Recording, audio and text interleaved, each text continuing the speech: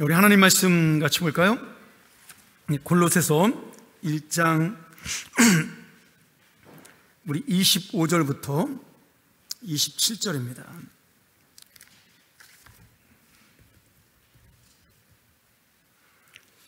우리 같은 목소리로 한번 짧은 성경 구절인데 함께 오늘 읽도록 하겠습니다.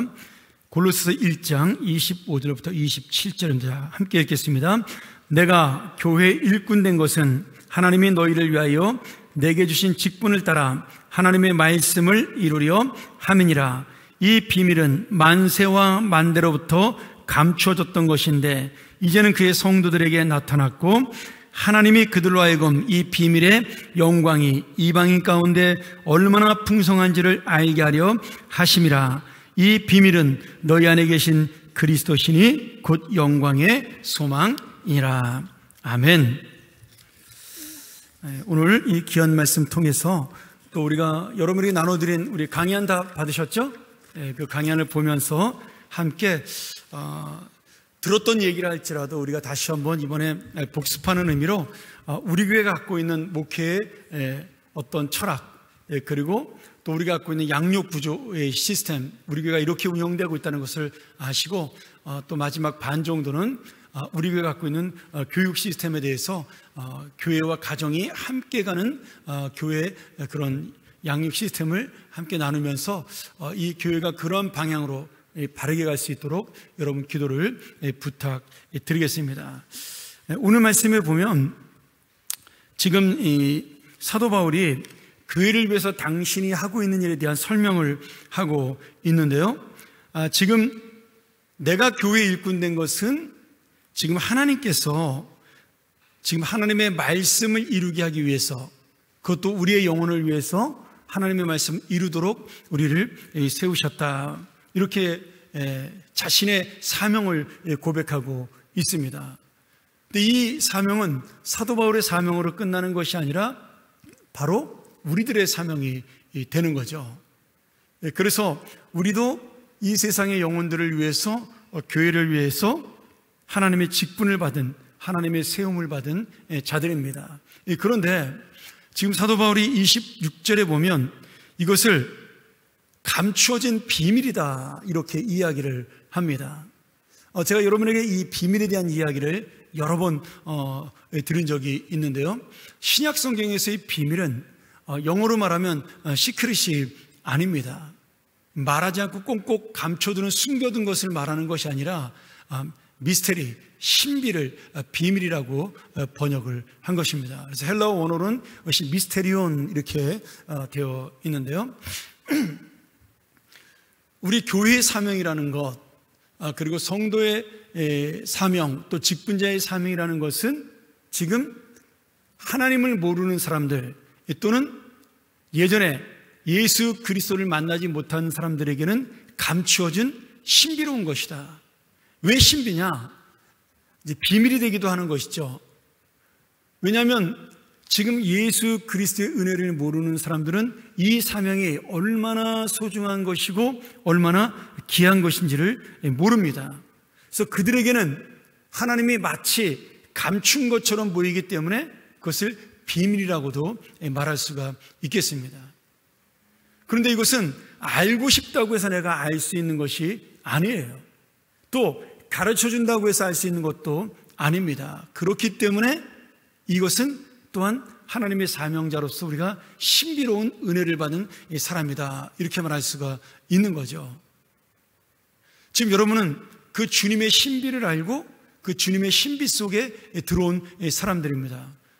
우리는 그 영혼의 소중함을 알고 하나님의 은혜를 알기 때문에 지금 그 사명을 위해서 부르심을 받았고 그 신비한 사명을 감당하고 있기 때문이죠. 그런데 이 세상 사람들은 전혀 이 신비로운 하나님의 사명을 깨닫지 못한다라고 그렇게 말씀하고 있는 겁니다. 그리고 이 사명의 마지막이 어디로 가요? 그 비밀의 영광이 이방인 가운데 얼마나 풍성한지를 알게 하심이라. 이방인, 다시 말하면 불신자들에게 이 하나님의 은혜를 전하기 위한 그런 신비로운 것이다 이렇게 말씀하고 있고요. 마지막에 이 비밀은 너희 안에 계신 그리스도시니 곧 영광의 소망이다. 이렇게 말씀합니다. 그러니 내가 지금 하나님의 신비를 가지고 하나님의 사명을 감당하는 것은 결국 예수 그리스도의 복음을 전하는 것이고 그분의 마지막 소원을 이루는 것이다. 이렇게 말씀하는 하나님의 은혜입니다. 여러분, 내가 지금 예수님의 소망을, 예수님의 소원을 이루는 사명자라고 그렇게 말씀하고 있습니다. 그냥 내가 집사의 직분을 받은 것이 아니라, 그냥 내가 권사의 직분을 받은 것이 아니라, 그냥 내가 장로의 직분을 받은 것이 아니라, 목사의 직분을 그냥 받은 것이 아니라, 이것을 통해 예수님의 소원을 이루는 것이에요. 여러분, 예수님의 소원은 뭐예요? 예수님의 소원은 정말 하나님의 소원이기도 한 거죠. 세상을 이처럼 사랑하사 독생자를 이 땅에 보내셔서 모든 이 세상 사람들을 구원하시려는, 영생을 주시려는 하나님의 소원, 그리고 그 소원을 이루기 위해 인간으로 오셨던 예수님의 마지막 사명, 그 사명을 우리가 이루는 것이 바로 우리의 신비로운 사명을 감당하는 것이다. 이렇게 말씀하고 있는 겁니다. 그리고 결국 이 사명의 마지막은 우리가 예배자로 서는 것이죠. 제가 지난주에 설교했습니다마는 구원의 마지막 목적은 하나님을 찬양하는, 하나님께 영광을 드리는 예배자를 세우는 것이다. 하나님을 모르는 자들은 절대로 하나님께 영광을 돌릴 수가 없습니다. 그렇기 때문에 여러분이 하나님께 영광을 돌리는 사명, 그리고 생명을 살리는 복음의 사명을 맡은 것은 아무나 가질 수 있는 사명이 아니라는 거예요. 오직 주님의 자녀만이 갈 수 있는 특권이고 축복이고, 그리고 하나님의 영광입니다. 오늘 우리가 이 사명을 가지고 오늘 우리가 함께 우리 교회가 나가야 될 방향에 대한 이야기를 나누도록 그렇게 하겠습니다. 우리 한번 그림 한번 같이 볼까요?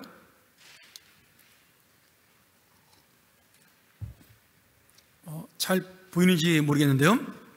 안 보이시면 여러분 그 교재를 좀 보시면 되겠습니다. 저희 교회가 지금 이런 방식으로 교회가 구조가 되어 있습니다. 무슨 말이냐면 맨 처음에 저희 교회 맨 아래에 있는 세 가족이 있겠죠. 그러면 이 세 가족이 정착을 하게 됩니다. 그래서 오른쪽으로 우리가 그림이 올라갈 수도 있죠. 또 왼쪽으로 먼저 갈 수도 있긴 합니다만은, 그래서 동그랗게 했지만 사실은 이제 보통 오른쪽으로 많이 가서 우리가 정착이 되고, 그 정착이 되는 순간 우리는 멤버십을 가졌다, 이렇게 표현합니다. 사실은 교회에 내가 회원이 되었다는 것은 세례교인을 가리키는 말입니다. 그러니까 우리 교회에 등록했다고 해서 우리 교회 멤버는 아닌 거예요. 이제 우리가 그냥 암묵적으로 저희가 다 우리 교회 멤버라고 인정을 하지만, 그러나 진짜 멤버는 세례교인인 겁니다. 그래서 우리가 세례를 받을 때 약속을 하잖아요. 서약을 받죠. 당신이 예수 그리스도의 그 구주되심을 믿느냐라고 서약을 받은 다음에 이 교회의 치리에 대해서 복종하고 하나님 앞에 헌신할 것을 다짐하냐라고 약속을 받습니다. 그래서 우리는 멤버십을 세례 가진 자로 표현하고 있습니다. 그런데 우리가 세 가족에서 이 멤버십으로 가기까지, 세례받는 자로 가기까지 여러 가지 우리한테 과정이 있습니다. 이제 제일 먼저 우리 교회에 오게 되면 세 가족 5주 교육을 받고요. 마지막 주에는 이 교회를 탐방하면서 전체 이 교회 구조, 건물의 구조를 우리가 안내를 해 드립니다. 그래서 교육부서실과 식당, 뭐 아니면 우리 소예배실 이런 데를 쭉 소개하면서 이 교회가 이렇게 운영되고 있다는 것을 보여주면서 우리 교회에 대한 그런 어떤 지식과 또 애착을 갖게 하는 거죠. 세가족 5주가 끝나면 그냥 그 사람을 방치하는 것이 아니라 바나바 사역으로 그를 계속해서 우리 세가족부 교사들이 돌보게 됩니다. 그러고 난 다음에 저희가 목장으로 파송을 하게 되죠. 뭐 파송되지 않은 목장이 많기 때문에 우리 교회 세가족이 왔는지 뭐 어떻게 양육을 받는지 잘 모르겠지만 여러분들이 보이지 않는 곳에서 우리 새가족부 교사들과 함께 새가족부는 전도위원회 주체로 굉장히 활발하게 움직이고 있고, 어쩌면 가장 먼저 와서 안내하고 또 가장 늦게 가면서 사람들에게 이 봉사하는, 그리고 새가족을 위해 헌신하는 그런 부서라고 볼 수가 있습니다. 그렇게 저희가 이 목장으로 파송된 새가족을 1년에 한 번 내지 두 번, 새가족이 많은 경우에는 1년에 두 번 정도 새가족 환영회를 하고, 적은 경우 우리 코로나 때 같은 경우에는 1년에 한 번 정도 새가족 환영회를 했습니다. 그렇게 해서 이분이 정착이 되는 거죠. 정착이 되면서 이제 본인이 받을 수 있는 교회 훈련들을 받게 됩니다. 제일 중요한 거는 이제 목장 모임에 적응을 하는 거죠. 그러고 난 다음에 본인이 복음에 대해서 좀 더 깊이 알고 싶다 그러면 1:1 양육을 받습니다. 우리가 작년에 1:1 양육 열심히 했고요. 올해도 지금도 계속해서 지금 1:1 양육이 이루어지고 있습니다. 조금 더 우리가 1:1 양육을 확대시켜서 저희 교인들 중에 구원의 확신이 없거나 아니면 좀 하나님의 그 어떤 신앙생활에 대한 체계적인 교육을 받고 싶어하는, 예수를 오래 믿었어도 여러분 사실은 새가족 공부를 제대로 하고 이 1:1 양육을 제대로 받은 사람을 우리가 비교해 보면 예수를 10년, 20년을 믿어도 어쩌면은 탄탄한 어떤 기초적이고 기본적인 교회 신앙의 그런 교리에 대해서는 그분들이 더 뛰어날지도 몰라요. 교회로 오래 다니면 설교를 들을 수는 있지만 어떤 구원과 교회와 그리고 복음에 대한 설명들을 체계적으로 들을 수 없기 때문에 그런 면으로 1:1 양육은 굉장히 중요한 의미를 가지고 있습니다. 그렇게 해서 이제 1:1 양육을 받게 되면 그분들이 이제 교회 어떤 한 사람의 성도로 또는 일꾼으로 성장하고 성숙을 하게 됩니다. 그리고 이제 여기서 가장 중요한 것이 정규 집회, 특별히 주일 예배에 빠지지 않는 거죠. 제가 바라기는 이 새가족에게 잘 목장에서 교육을 해서 우리 금요기도에도 이렇게 나오게 하는 그런 것도 굉장히 필요한 부분이 있다고 생각을 됩니다. 왜냐하면 믿음이 자라는 것은 여러 가지 방법이 있는데 사실 예배 11시 예배 설교만을 듣고 신앙이 성장하기는 쉽지 않습니다. 그래서 이 소그룹 양육이 굉장히 중요하고요. 그리고 목장 모임을 통해서 이 교회를 정착하고 사랑하는 게 굉장히 중요하게 됩니다. 그리고 또한 우리가 그 금요기도회나 아니면 그런 모임에 와서 우리가 신앙생활하는 그런 기도하는 것이 이런 것이구나, 찬양하는 것이 이런 것이구나, 이런 것을 배우면서 본인의 신앙이 성장하는 것이 굉장히 중요합니다. 그렇기 때문에 신앙이 성장하려면 11시 예배만으로는 절대로 가능하지 않습니다. 저는 그렇게 믿어요. 11시 예배로는 사람이 변화되기 쉽지 않다. 물론 변화되지 않는다라고 말하지는 않습니다. 그러나 제 경험으로는 이 신앙의 성장이 11시 예배 설교만으로는 참 어렵다. 저는 그렇게 생각을 합니다. 왜냐하면 11시 예배는 보편적으로 설교를 하고 서로 나눔이 없기 때문에 자기의 신앙을 돌아보는 것이 아니라 감정의 흐름을 가지고 떠나게 되어 있습니다. 물론 그때 은혜를 받으면 그걸 통해 신앙이 성장할 수는 있겠죠. 결단도 하고 그렇기 때문에. 그러나 그것만으로는 우리가 하나님의 말씀을 깊이 생각하는 것이 부족하다라고 생각을 해요. 그래서 1:1 양육 또는 금요기도에 와서 혼자 기도하는 법도 배우고, 그리고 좀 더 나아가서 목장 모임에서 서로 쉐어링, 나눔을 통해서 신앙에 대해 배우는 것, 그 다음에 교회라는 것이 무엇인지를 서로 깨달아가는 것이 중요합니다. 제가 우리 2월 달에 목자 세미나에서 다시 한 번 더 깊이 있게 이 이야기를 좀 같이, 우리 교회가 이제 목장이 갖고 있는 구조에 대한 이야기를 한 번 더 여러분에게 나눌 예정인데요. 지금은 재직 세미나이기 때문에 다 나눌 수는 없지만, 초신자는요, 정상적으로 돌아가는 목장이라면 반드시 거기에서 신앙의 문제를 배우게 됩니다. 그리고 목자를 통해서 신앙의 모델을 발견하게 돼요. 이게 참 중요한데 여러분들이 어떻게 생각할지 모르지만 교회는 담임 목사의 성품을 따라갑니다. 시간이 지나면 지날수록 교회 분위기도 또 교인들의 성품도 담임 목사님을 따라가게 돼요. 물론 그 근본적인 성격이 변하는 것이 아니라 교회가 움직이는 방향이라든지 아니면 어떤 것을 결정하는 방향이라든지 아니면 이 교회 분위기 자체가 그렇게 되어 간다라는 거예요. 그것은 담임 목사가 뛰어나거나 훌륭해서가 아니라 그분의 말씀을 듣고 그분의 영향을 받고 그분에게서 많은 은혜를 받기 때문에 저절로 교회 분위기가 그렇게 되어 가는 거죠. 그래서 좀 조용하고 정적인 담임 목사를 만나면 그 교회도 정적이고 그리고 조용한 교회가 되고요. 또 아주 동적이고 활발한 담임 목사님이 한 10년 정도 목회를 하게 되면 그 교회 분위기도 좀 들썩들썩하는 그런 분위기로 바뀌게 됩니다. 그래서 우리가 똑같은 의미로 목장을 작은 교회라고 볼 때 그 목원의 분위기들도 목자의 분위기를 따라가게 된다는 거예요. 이건 어쩔 수 없는 겁니다. 리더를 닮아가게 되어 있는 거기 때문에요. 그리고 그 목원은 특별히 새신자는 그 목자가 내가 가야 될 신앙의 어떤 모델로 그 사람을 보게 되는 그리고 따라가서 그렇게 그대로 하는 그런 모습을 볼 수가 있습니다.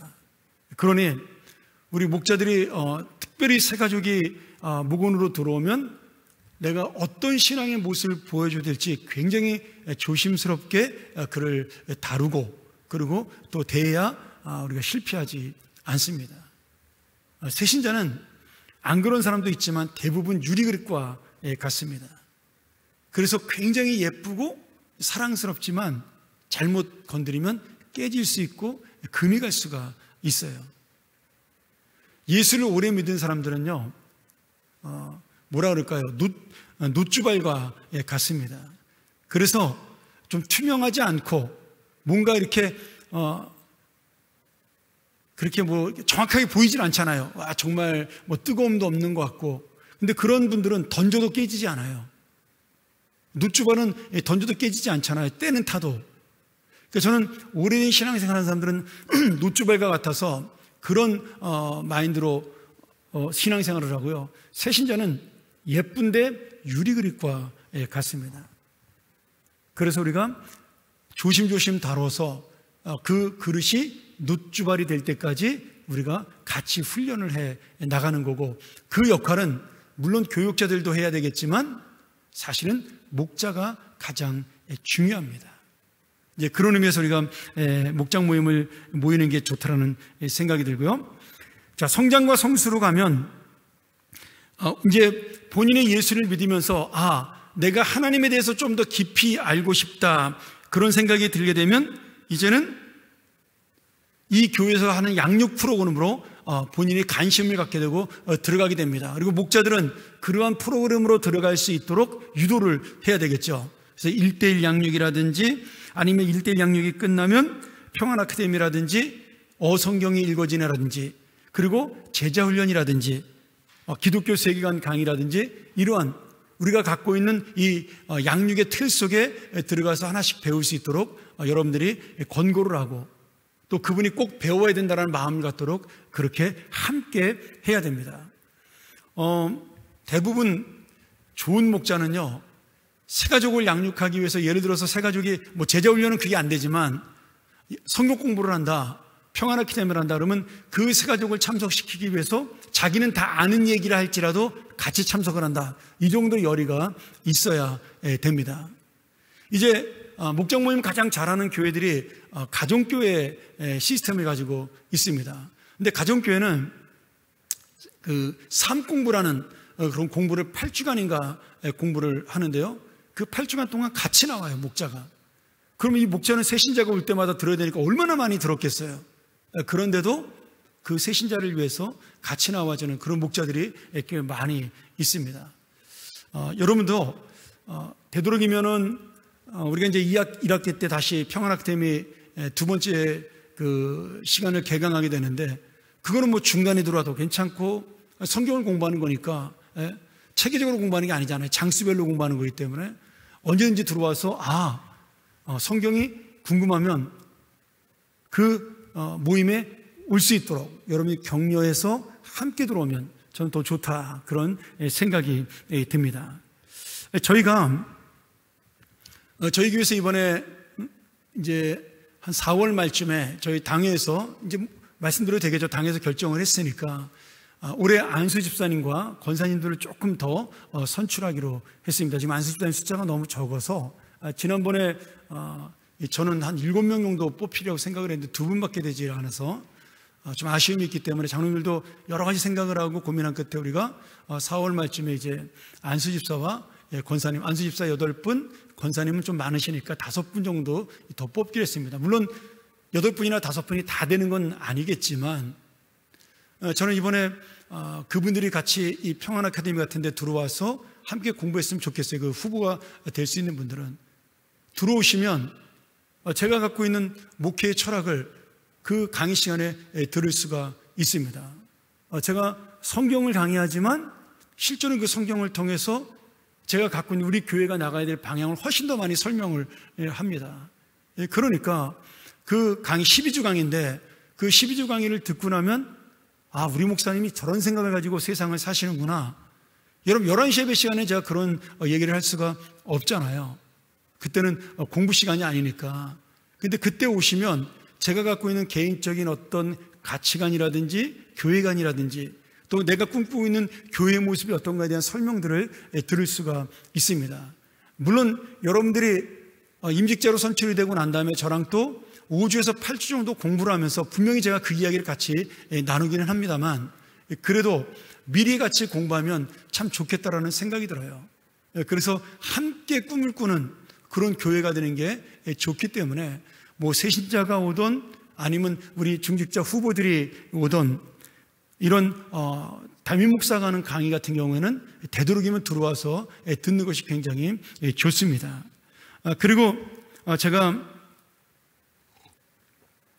시간이 좀 허락이 되면은 이번에 우리 SL 부부를 졸업한 우리 40대 중심으로 한번 지금 제자훈련도 올해 안 되면 내년에라도 한번 하려고 그러는데 아이들이 어리기 때문에 제가 조금 봐주고 있었는데 이제는 해도 되겠다라는 생각이 들어서 한번 남자반 여자반을 우리가 좀 코로나 때 쉬었으니까 다시 하면 좋겠다는 생각을 하고 있습니다.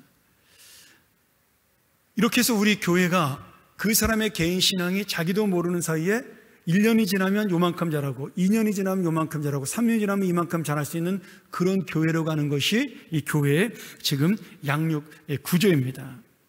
거기에 이제 조금 더 우리가 어떤 깊이 있게 공부를 하게 된다면 성경을 읽을 수 있는 툴이 되는 성경이 읽어지네.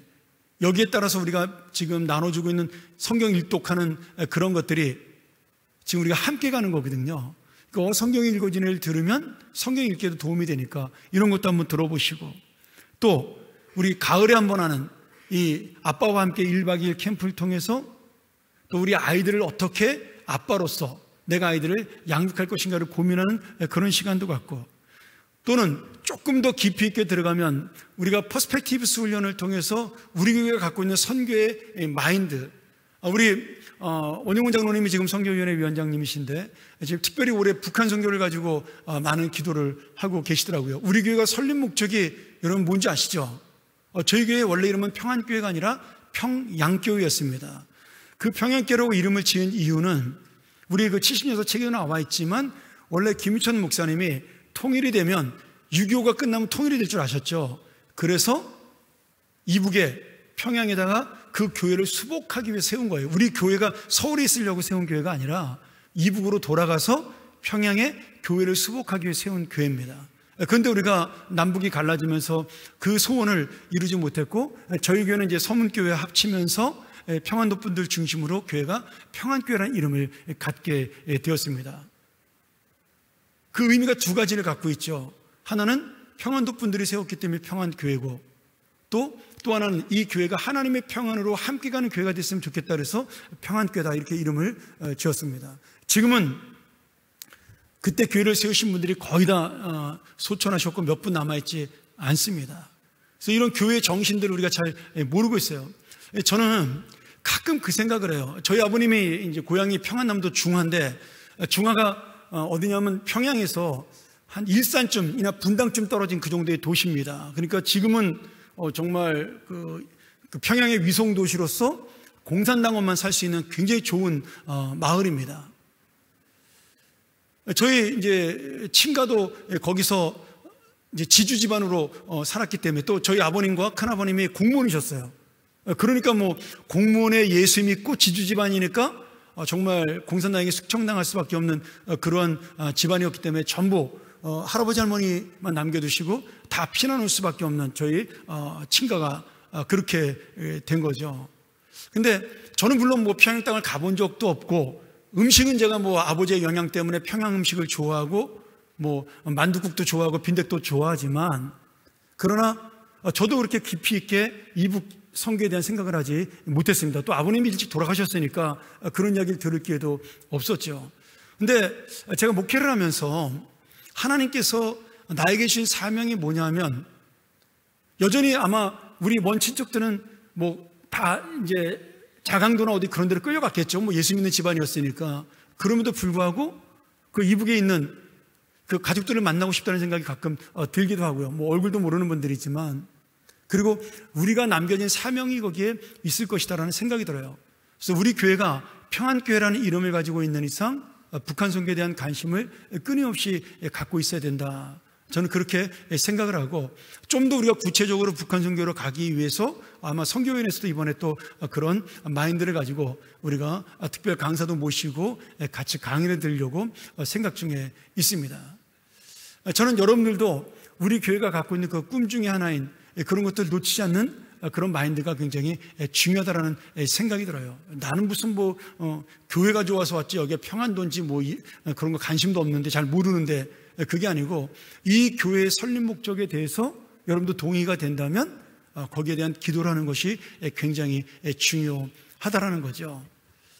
그런 의미로 저희가 이제 비전 트립이나 아니면 선교사 파송을 위해서 하는 이 퍼스펙티브스 훈련, 선교연에서도 아마 준비하고 있는 걸로 알고 있는데 굉장히 좋은 훈련이에요. 좀 힘들긴 하지만 저도 미국에서 저희 아내와 함께 이걸 훈련받고 이제 코디네이터 자격증까지 제가 얻었기 때문에 우리 교회는 퍼스펙티브스 훈련할 수 있는 그런 라이선스를 갖고 있는 교회입니다. 왜냐하면 제가 그 자격증을 갖고 있으니까. 그러니까 언제든지 그것을 받고 우리가 훈련을 받으면서 정말 하나님이 원하시는 하나님의 선교 또는 미셔널 처치, 이런 어떤 선교적 교회라는 사명을 놓치지 않는 그런 교회가 되는 것이 중요하다는 생각이 들고요.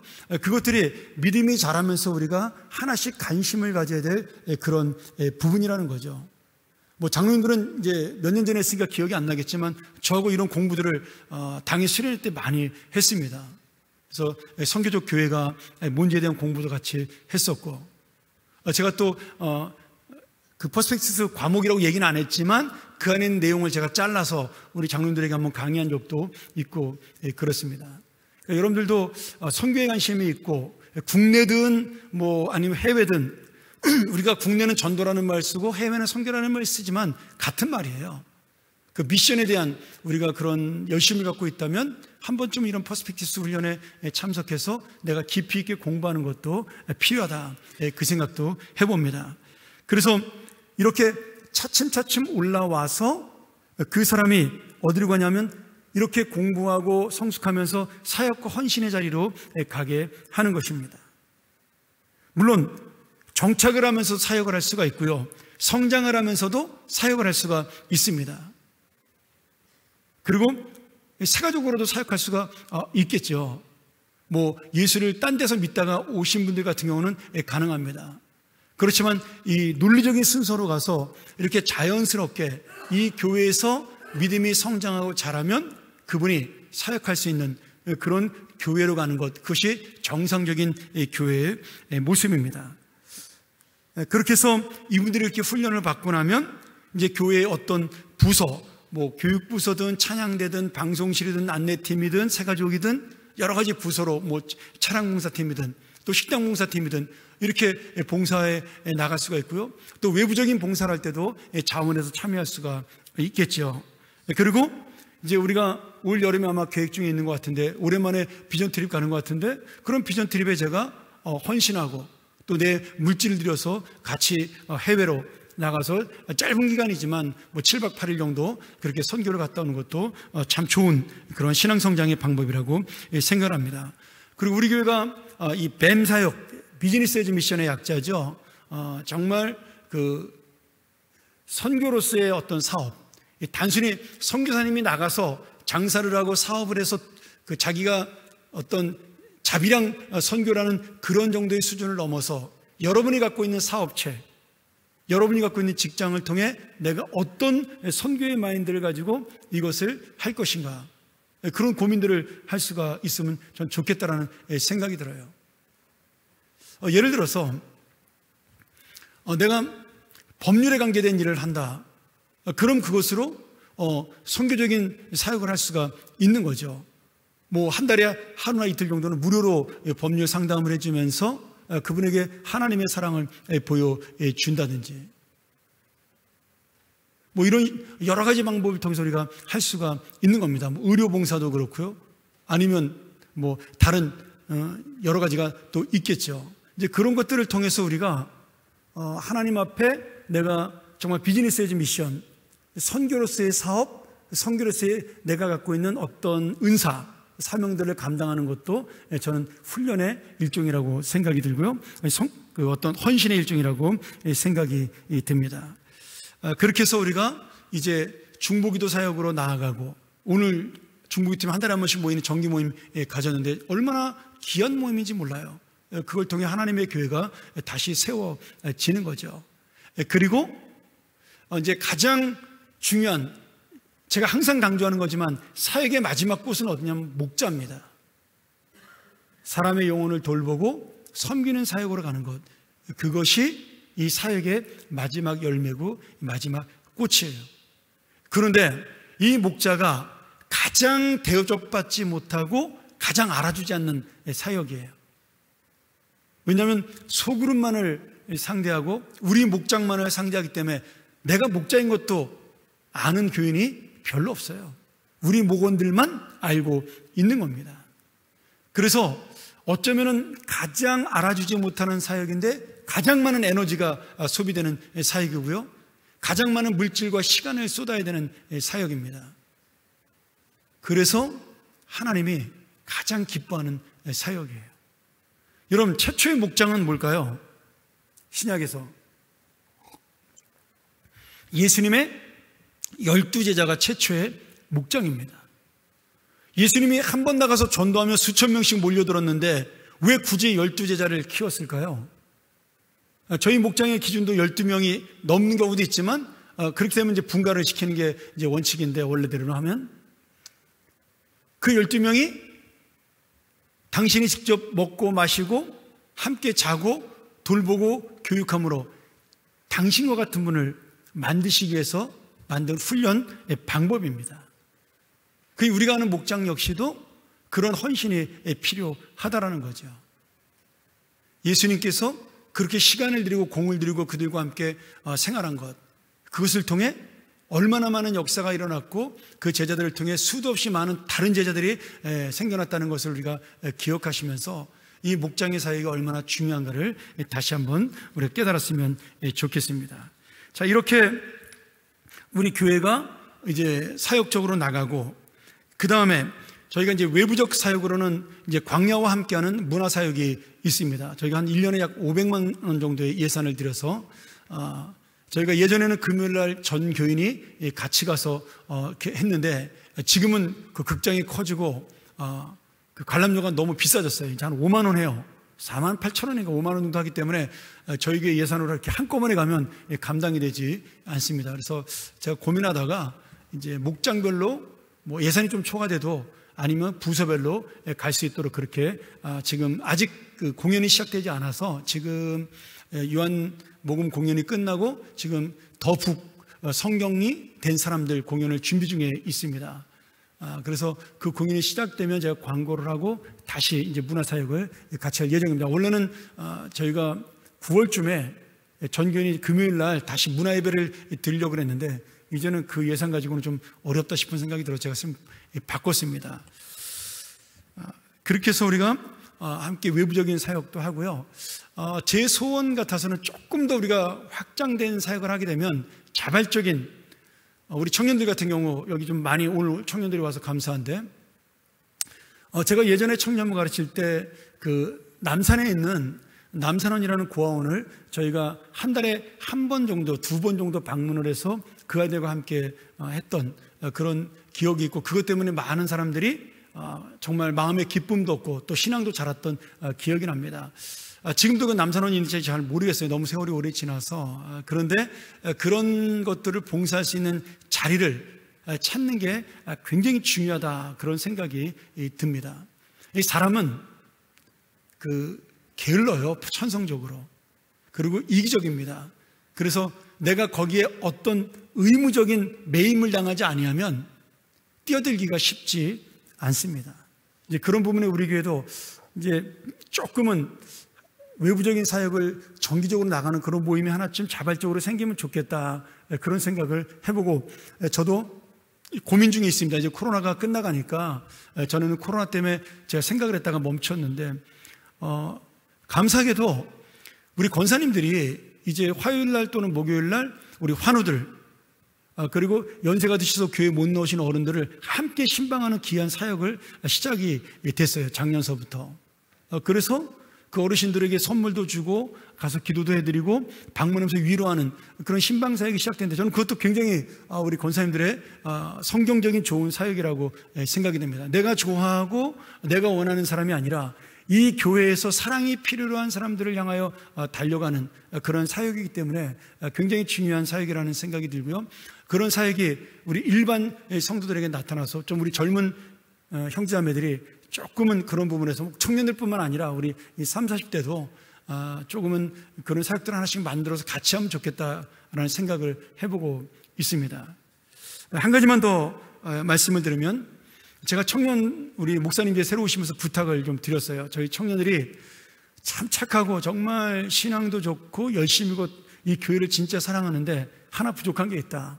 그게 뭐냐면 외부를 향해 달려나가는 야성이 좀 부족하다. 제가 그렇게 이야기를 했습니다. 우리 청년들뿐만 아니라 우리 교회의 성격이기도 하죠. 우리 교회가 좀 얌전하잖아요. 그래서 우리가 단기 선교 비전 트립을 가는 것도 좋고 그런데 나는 우리 청년들이 수련회를 하면서 이왕이면 지방에 가서 개척교회를 좀 돕고 그 교회 성경학교도 해주고 그런 어떤 우리 쉽게 말하면 예전에 했던 농촌 봉사활동 같은 사역도 한번 했으면 좋겠다라고 제가 화두를 던졌습니다. 그리고 아마 그것을 준비하는 걸로 알고 있고요. 예산이 청년부가 별로 없기 때문에 청년들에게 청년부 예산을 하라소리 제가 안 하겠습니다. 만약 그런 활동들이 형성이 되면 우리 교인들에게 또는 우리 전도위원회나 선교위원과 연합해서 함께 그 예산을 좀 도와서 하는 것도 좀 좋다라는 생각이 들어요. 우리가 꽤 오래전에 몇 년 전에 그 홍천에 있는 그 교회가 성경학교를 하고 그 다음에 저녁에는 우리 집회를 했던 기억이 납니다. 그래서 정말 그 교회 목사님이 너무너무 기뻐하고 좋아하셨고 힘을 얻었던 그런 기억이 나요. 그래서 그 다음에도 저희가 갔으면 했는데 그만 이제 코로나가 터진 거죠.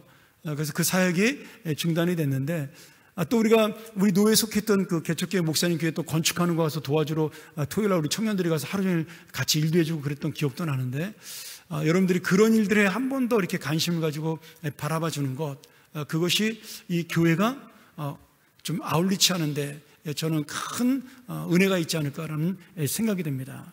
그래서 오늘 제가 마무리하면서 오늘 우리 교회가 갖고 있는 이 구조를 여러분 잘 기억하시면서 내가 지금 어느 위치에 있는가 한번 생각해 보셨으면 좋겠어요. 내가 집사인데, 소리 집사인데, 내가 안수 집사인데, 시무권사인데, 아니면 내가 장로인데 나는 지금 어느 위치에쯤 와 있는가. 그렇게 해서 그것이 이제 제가 가운데 있는 그 건강한 가족 행복한 공동체 설명은 안 드렸는데 뒷면에 있습니다. 이 뒷면에 가면 우리가 이러한 그 신앙 양육을 주일학교에는 그러면 어떻게 펼칠 것이냐. 제가 한 10분만 더 강의를 하고 우리 바로 기도하고 마치도록 그렇게 하죠. 오늘 세미나니까요. 우리가 갖고 있는 이 양육 체계를 그럼 주일학교는 어떻게 갈 것이냐? 그렇게 해서 우리가 만든 것이 뭐냐면 믿음의 여정이라는 페이스 패스라는 사역입니다. 이거는 제가 교회 부임할 때 우리 장로님들에게 목회 비전으로 제시했던 그런 사역이기도 합니다. 그리고 지금 그 사역을 우리가 8년 동안 잘 갖고 왔습니다. 이제 체계가 잘 잡혀서 이제는 영아부서부터 우리가 SL 젊은 부부에 이르기까지 이 시스템을 가지고 100% 이 시스템이 완전하게 돌아가지는 않지만 그래도 거의 근접하게 저는 우리 교회의 어떤 역량과 사이즈로 봐서는 굉장히 지금 잘 되고 있다 그렇게 생각을 합니다. 그래서 영아부에서는 아기가 이제 임신을 하게 되면 우리가 이제 청년부가 결혼하면 신혼부부반에서 그 신혼부부가 교회에 잘 정착할 수 있도록 어른 예배에 정착할 수 있도록 돕죠. 제가 항상 신혼부부반에 강조하는 게 그겁니다. 신혼부부는 훈련받는 부서가 아니다.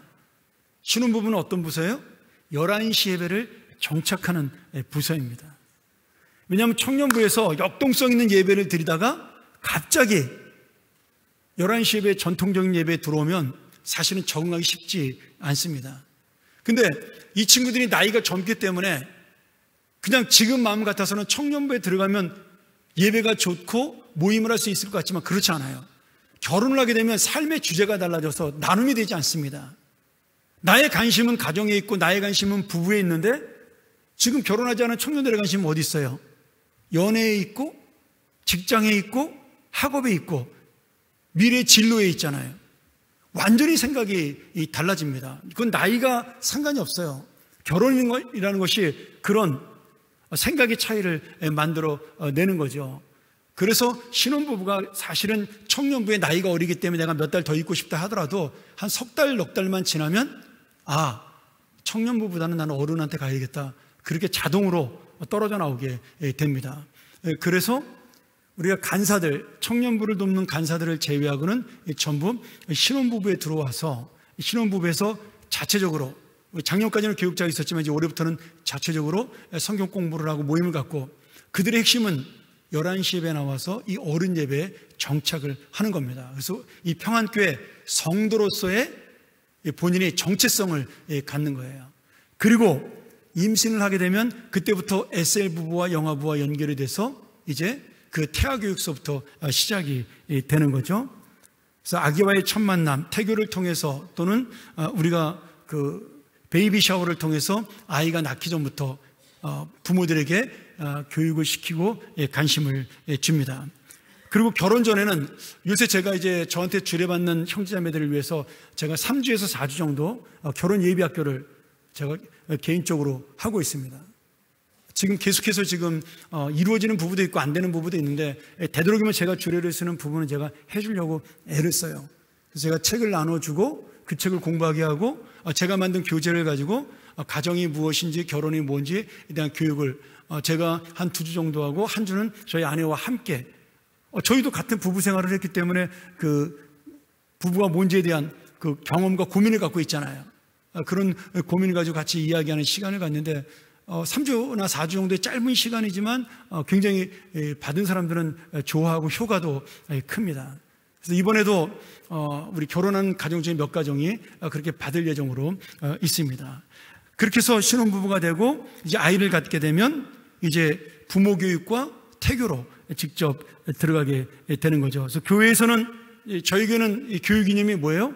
교회는 교육의 툴을 제공하고 신앙교육은 가정에서 한다예요. 여러분 이거 잊으시면 안 됩니다.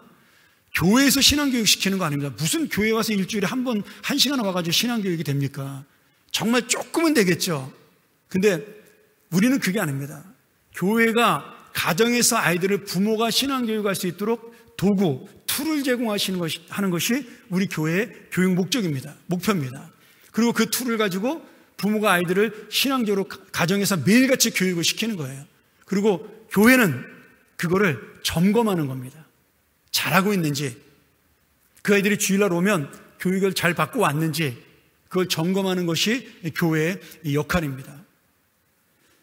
그렇게 해서 우리 가정에서 교육을 할 수 있도록 그런 툴들을 제공해 주는데 그것이 이제 교회 이벤트와 가정 이벤트로 연결이 되는 거죠. 그래서 아기와의 첫 만남 태교, 그 다음에 그 베이비 샤워를 통해서 부모, 태아를 가진 부모에 대한 교육, 행사, 그 다음에 유아 세례. 첫 돌까지 유아 세례 받기 전에 성경적 부모 간에 대해 교육을 시키고 아이들의 발달 상황에 대한 그런 또 어떤 도움도 받고요. 또 그 아기가 믿음으로 클 수 있도록 교회에서는 어떤 기도문이라든지 성경적인 성경 읽어주기라는 어떤 그런 자료 같은 것을 제공해 주는 그러한 내용들을 교회에서 툴을 제공해 주는 거죠. 그 다음에 3세가 지나면 부모와 함께하는 가정예배, 지금 유치부 같은 경우는 QTI로 아이들과 함께하고 있는 걸로 알고 있고요. 영화부는 매주 체크를 해서 아이들에게 성경 읽어주고 그런 프로그램을 갖고 있는 것으로 알고 있습니다. 또 우리 교회는 가정예배를 드릴 수 있도록 매주 주보에, 정말 쉽지 않은 일이지만 제 설교 요약이 꼬박꼬박 나가잖아요. 그래서 그것을 통해 나눌 수 있도록 교육을 시키고 있습니다. 예전에는 사실 이제 가정예배지 중심으로 나가서 부모가 자녀들에게 이렇게 대화할 수 있는 그런 내용을 줬지만 뭐 꼭 그걸 주지 않아도 괜찮다라는 여론이 많아서 이제는 목장도 함께 할 수 있도록 목장 나눔지와 가정예배지를 동시에 사용할 수 있도록 저희가 그렇게 만들었습니다. 그러니 여러분들이 그거 보고 조금만 참고하시면 얼마든지 가정예배를 드릴 수가 있는 거죠. 그래서 영어부에서는 3세까지 계속해서 그런 아이들에게 자료를 제공해주고 또 캠프나 예배나 또 모임을 통해서 그 부모가 아이를 교육할 수 있는 그런 방법들을 우리가 제공하고 있습니다. 그리고 6세가 넘으면 이제 유치부에서는 정말 그 아이들이 예수 그리스도가 누구인지를 본인이 알 수 있도록 교육을 시키고 QTI를 통해서 매일같이 성경을 읽게 하는 그러한 교육을 하고 있죠. 그 QTI를 누가 할까요? 부모가 하는 겁니다. 부모가. 그래서 저는 유치부가 그 QTI를 사서 아이들한테 무료로 주는 줄 알았어요. 근데 부모들이 다 돈을 주고 산대요. 그게 정상적인 겁니다. 내 돈을 주고 내가 사서 지금 우리 매일 성경 하는 것처럼 그렇게 부모가 아이를 위해서 읽어주고 함께 나누는 거죠. 자, 그리고 이제 8세가 넘게 되면 어린이부로 들어오게 되죠. 그래서 여기 이제 나이가 전부 다 만입니다. 만으로 그친 겁니다. 이게 우리 지금 한국 나이가 아니라. 그래서 11세까지, 이제 6학년 때까지 그 아이가 믿음으로 클 수 있도록 이제 어떤 신앙의 기본적인 교육, 그리고 어린이 제자 훈련, 또 어린이 큐티, 뭐 이런 것들을 통해서 또 교회에서는 겨울 수련회, 여름 수련을 통해서 아이들에게 신앙 양육을 하고 부모가 아이를 체크할 수 있도록 어린이부까지는 그렇게 하고 있습니다. 그 다음에 청소년부가 되면 이제 그 아이들에게 이제 요새는 좀 어린이 때도 사춘기가 일어나긴 하지만 사춘기 아이들을 우리가 어떻게 잘 정서적으로 지도할 수 있는가에 대한 그런 노력들을 우리 교육자들이 부모와 함께 해야 되겠죠. 요새는 뭐 카톡이나 이런 어떤 SNS가 발달되어 있기 때문에 저희가 전수할 때보다는 훨씬 더 아이들을 만나는 게 쉬울 수도 있습니다. 어쩌면은 이제 그런 부분에서 아이들과 접촉을 하면서 이제 청소년부는 가정에서의 신앙교육이 쉽지 않아요. 이게 참 우리나라만의 특징인데 그놈의 학원 때문에 정말 저는 죄송합니다. 학원에 종사하는 분들한테 좀 죄송하지만 우리나라 잘 되려면 사교육 빨리 없어져야 됩니다. 그래야 우리나라 아이들이 제정신으로 살 수가 있어요. 여러분, 이건 제가 지금 농담하는 얘기 아니었지만 심각한 겁니다. 우리나라 아이들은요 진짜 영적으로 정적으로 피폐해 있어요. 공부 때문에요. 그렇다고 공부를 잘하냐면 그것도 아니잖아요. 지금 아이들 글 쓰는 거 제가 볼 기회가 있었는데 저희 중학교 때보다 훨씬 못 씁니다. 제가 볼 때 정말 안타까워요. 그런 모습을. 그러니까 아이들을 기능적으로만 머리를 키우는 거죠. 암송하고 문제를 잘 푸는 아이들만 키우는 거예요. 창의적이지 못하고. 그러니까 참 이제 우리나라의 가장 큰 문제가 지금 저는 사교육이라고 보고 있고요. 이전에 사교육 종사자가 300만이 넘으니까 나라에서 이제 없애지도 못해. 이 교회 경제의 큰 축을 차지하고 있기 때문에요. 그러나 장기적으로는 우리나라가 이 사교육이 폐지돼야 아이들이 정서적으로 영적으로 교회가 살아납니다. 우리 교회를 위해서도 없어져야 돼요. 사실은 애들도 안 낳는 판에 지금 그 아이들 학원에 다 뺏기고 교회가 어떻게 유지가 되겠어요? 그리고 여러분 장래를 위해서도 필요합니다. 제가 미국에서 옛날에 있을 때 신문 봤더니 미국 신문에서 그 한국 사교육 소개하면서 그러더라고요. 한국에 있는 부모들이 30, 40대의 젊은 부모들이 사교육을 안 하고 그 돈을 다 모으면 노후 생활에 전혀 문제가 없다라고 그렇게 신문 기사가 난 적이 있어요. 그렇잖아요. 실제로 보통 아이들의 그 초등학교가 들어가 아이가 둘, 셋 있으면은 100만 원 이상 다 쓰잖아요. 사교육을 한 100만 원 쓰지 않나요? 100만 원씩 여러분 한 30년 모아보세요. 얼마가 되나? 애지간한 중산층으로 사는데 아무 지장이 없어요. 그러니까 우리가 사실은 지금 이 사교육 때문에 잃어버리고 있는 것이 얼마나 많은지를 아셔야 돼요. 교회가 지금 엄청난 타격을 많이 받고 있죠. 예전에 우리 교회 청소년부는 전부 이화여고 아이들이었어요. 반이 이화여고, 아니면 배제, 아니면 저쪽에 창덕 여중애들, 이런 애들이 더한데 지금 한 명도 없어요.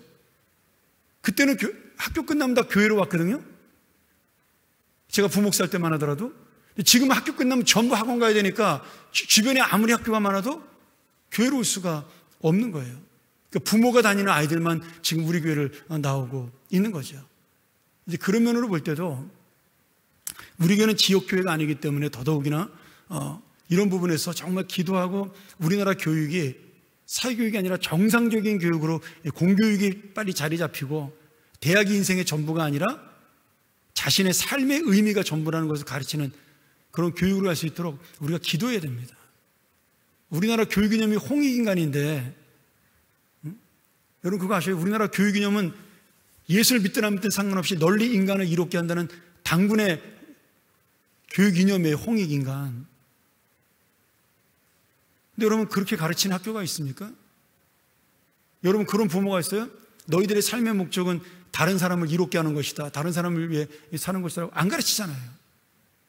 그럼 나라의 이념을 바꾸든지 교육의 이념을 싹 다 바꿔가지고 솔직하게 얘기를 하든지 우리의 목표는 대학 진학이다 그렇게 바꾸든지 정직하게 얘기를 해야죠. 우리가 이런 부분으로 심각하게 기도할 수 있고 고민할 수 있어야 하는 겁니다. 이게 교회에 어쩌면 할 일이에요.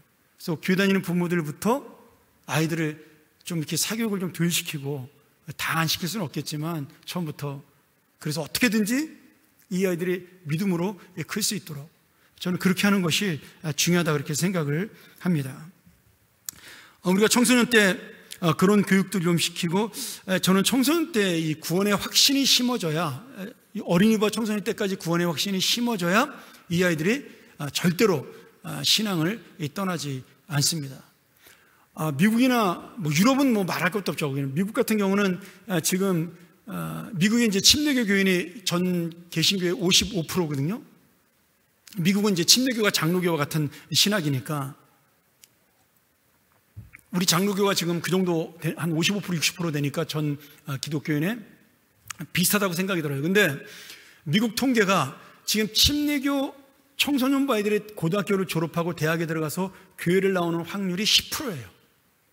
10명 중에 1명만 교회를 나옵니다. 그 이유를 여러 가지로 이야기하지만 첫 번째는 부모를 떠나서 거의 모든 아이들이 대학 기숙사로 들어가잖아요. 미국은 이제 대학 들어가면 전부 다 부모를 떠나니까 학교가 가까이 있는 학교가 거의 없거든요. 다 타주에 있거나 아니면 몇 시간 떨어져 있는 곳에 시골에 대학이 있기 때문에 다 떠날 수밖에 없는 그런 상황인데 그러니까 아이들이 부모를 떠나서 부모가 갖고 있는 신앙의 영향을 더 이상 받지 않습니다. 그리고 대학을 들어가면 1학년 때 제일 먼저 진화론을 배워요. 그 생물학 시간에. 그러면서 우리가 교회에서 배운 창조론 이거 완전 신하고 거짓말이었네 이렇게 생각을 하면서 아이들이 자기의 생각을 바꾸게 됩니다. 그래서 청소년 시기에 우리가 기독교 세계관이나 이런 기독교 창조론 같은 것을 잘 가르쳐서 진화론이 허구라는 것을 가설에 불과하다는 것을 우리가 가르칠 수 있어야 되는 겁니다. 그래서 중고등학교 때 구원의 확신을 갖는 것이 굉장히 중요해요.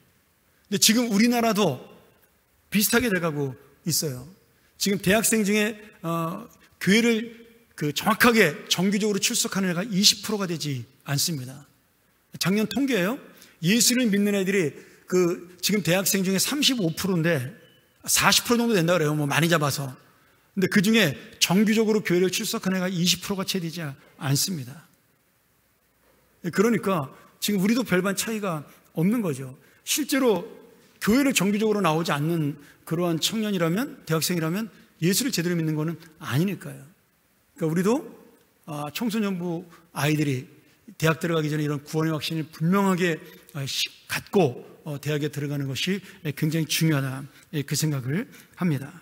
그리고 이제 여러분 읽어보시면 알겠지만 그 중간중간에 우리가 항상 청소년 시기까지 부모와 함께하는 여행이라든지 그 여행을 통해 서로의 삶을 나누고 자기가 받았던 은혜들을 나누는, 아빠가 자기의 신앙에 대한 어떤 은혜를 아이들에게 전달해 준 그런 일들을 하는 것, 그것이 굉장히 중요합니다.